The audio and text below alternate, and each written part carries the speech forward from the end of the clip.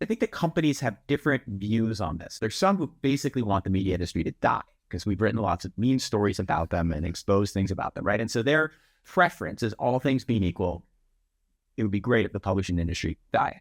Then there's a smaller subset who basically believe if they were to compensate creators, it would slow them down. We're just going to squint, pretend that all of this is legal. By the time it really gets fought out in the courts, we'll either be out of money or we'll be trillionaires, so it doesn't matter.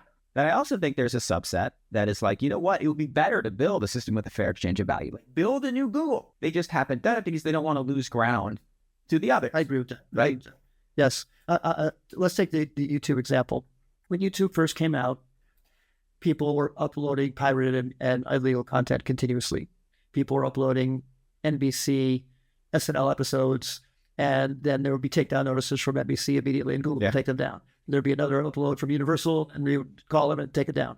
And then finally, YouTube said, well, what about if we share revenue with you? And then all of a sudden, everybody said, well, take my whole catalog. YouTube creator economy took off too, only because they share revenue. There'd be no creator economy if there was no economy part. Right. So YouTube is worth $500 billion now. It's almost double the size of Netflix. And it's the number one minutes watched of anything. It's 12.5% of all minutes watched of anything. So sharing revenue actually makes things flourish.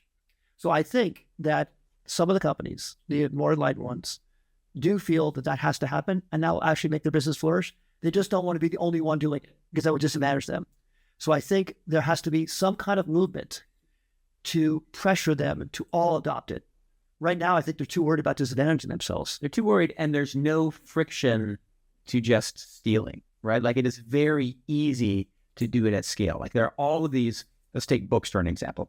There are all of these databases that exist of all the books in the world chopped up, and you can just feed them into a large language model. And so there's no friction at all to just embedding everything. And in fact, another advantage is they can hide it all, right? They don't disclose what they've trained on. There's no legislation or there's no nothing that says you have to show what you trained on. And so they can kind of get away with it very easily.